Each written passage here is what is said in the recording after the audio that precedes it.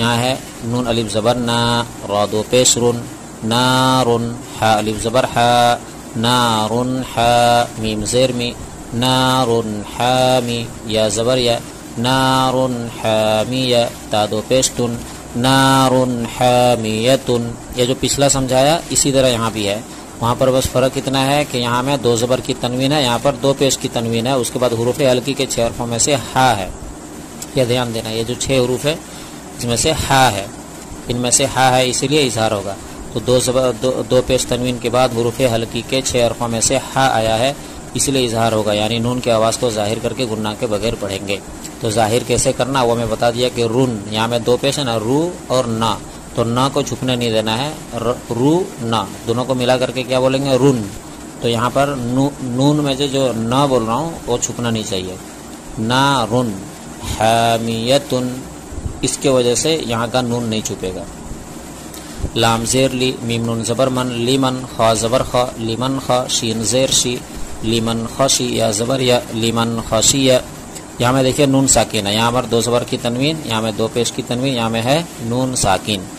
تو یا تو تنوین ہو یا تو نون ساکین، تو یہاں میں ہے نون ساکین، تو نون ساکین کے بعد حروف ہلکی کے 6 حرفوں میں سے خا آیا ہے، یہاں دیکھیے خا ہے، اسی لیے اظہار ہوگا، یعنی نون کی آواز کو ظاہر کر کے گناہ کے بغیر پڑھیں گے۔ تو ظاہر کرنا کسے کہتے ہیں وہ میں ان دونوں میں سمجھا دیا، تو دھیان سے سن کر کے سمجھنا ہے۔ لیمن خاشیہ، میم نون زیر من، غین یا زبر غی، من غی، را زیر ری، من غیری، ہا کھڑی زیر ہی، من غیری ہی، یہاں میں دیکھیں نون ساکن اس کے بعد غین ہے، تو نون ساکن کے بعد حروف ہلکی کے 6 حرفوں میں سے غین آیا ہے، اسی لیے اظہار ہوگا، یعنی نون کی آواز کو ظاہر کر کے گناہ کے بغیر پڑھیں گے۔ یا واو زبر یو، میم زبر ما، یوم، حمزہ زیر ای، یوم ای، ذال الف دو زیر دن، یوم ایذن، عین زبر ع، یوم ایذن ع، لام یا زبر لی، یوم ایذن علی، ہا الف زبر ہا، یوم ایذن علیہا۔ یہاں میں دو زیر کی تنوین ہے، دو زبر کی تنوین یہاں، دو پیش کی تنوین یہاں، دو زیر کی تنوین یہاں، یہ بھی تنوین، یہ بھی تنوین، یہ بھی تنوین، تو دو زیر تنوین کے بعد حروف ہلکی کے 6 حرفوں میں سے عین آیا ہے، اسی لیے اظہار ہوگا، یعنی نون کی آواز کو ظاہر کر کے گناہ کے بغیر پڑھیں گے، جیسے یومئذ علیہا، میم نون زیر من، ہا پیش ہو، من ہو،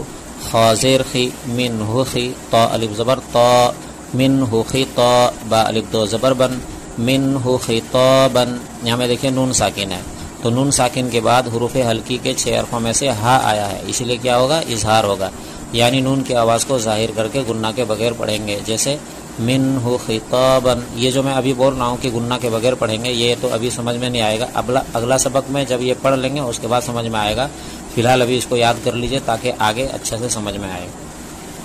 میم نون زیر من، عین یا زبر آئی، من آئی، نون دو زیر نین، من عین، حمزہ کھڑا زبر آ، من عین آ، نون زیر نی، من عین آنی، یا زبر یا، من عین آنیہ، تا دو زیر تین، من عین آنیتن۔ یہاں میں دو جگہ ہے، نون ساکن کے بعد حروف ہلکی کے 6 حرفوں میں سے عین آیا، عین آیا ہے، اسی لیے اظہار ہوگا، یعنی نون کی آواز کو ظاہر کر کے گناہ کے بغیر پڑھیں گے۔ یہاں دو زیر تنوین کے بعد حروف ہلکی کے 6 حرفوں میں سے حمزہ آیا ہے، اسی لیے اظہار ہوگا، یعنی نون کی آواز کو ظاہر کر کے گناہ کے بغیر پڑھیں گے، جیسے من عین آنیتن، کاف پیش کو، فا پیش کو، کوفو، واو الف دو زبر ون، کوفون، حمزہ زبر ا، کوفون ا، حا زبر حا، کوفون اح، دال دو پیش دن، کوفون احدن۔ یہ جو واو میں 2 زبر ہے، تو میں نے بتایا تھا کہ 2 زبر کے بعد یہ جو الف ہے یہ سائلنٹ رہے گا، اس لیے کہ اس میں کچھ ہے نہیں، یہ اس کے ساتھ ہے، تو اس کا اعتبار نہیں ہوگا کہ اس کے بعد الف آیا اسی لیے اظہار ہوا، بلکہ یہ سائلنٹ ہے۔ یہاں دیکھنا ہے اس کے اوپر زبر ہے، زیر پیش کچھ بھی رہنے سے، تو اسی طرح یہاں میں زبر ہے، تو ون، کوفون احدن، تو 2 زبر تنوین کے بعد حروف ہلکی کے 6 حرفوں میں سے حمزہ آیا ہے، اسی لیے اظہار ہوگا، یعنی نون کی آواز کو ظاہر کر کے گناہ کے بغیر پڑھیں گے، جیسے کوفون احدن۔ تو یہاں میں نے سمجھا دیا، یہاں پر تنوین 2 زبر کی شکل میں، 2 زیر کی شکل میں، 2 پیش کی شکل میں آ گیا، نون ساکن کا بھی آ گیا، تو یہاں صرف ہجے کرتے ہیں، اور آپ خود سوچ کر کے دیکھیے کہ کس میں کیا قاعدہ ہونا چاہیے، مشق کر کے سمجھ کے دیکھیے۔ فا زبر فا، میم نون زبر من، فمن عین پیش عو، فمن عو، فا زیر فی، فمن عفی، یا زبر یا، فمن عفی، میم نون زیر من، حمزہ زبر من خا یا زیر خی، من اخی، ہا زیر ہی، من اخیہ، میم نون زبر من، حمزہ زبر من دال زیر دی، من ادی، نون زبر نا، من ادینا، کاف زیر کی، طالب زبر تا، کیتا، بادو پیش بن، کتابن، حا زبر حا، کاف یا زیر کی، حکی، میم دو پیش من، حکیم، کتابن حکیم، عین زبر ع، ذال الف زبر ذا، عذا، بادو پیش بن، عذاب، غین زبر غ، لام یا زیر لی، غلی، ضادو پیش دن، غلیظ، عذاب غلیظ، حا الف زبر حا، سین زیر سی، حاسی، دال دو زیر دن، حاسدن، حمزہ زیر ای، حاسدن ای، ذال الف زبر ذا، حاسدن اذا، حا زبر حا، حاسدن اذا حا، سین زبر سا، حاسدن اذا حسا، دال زبر دا، حاسدن اذا حسد۔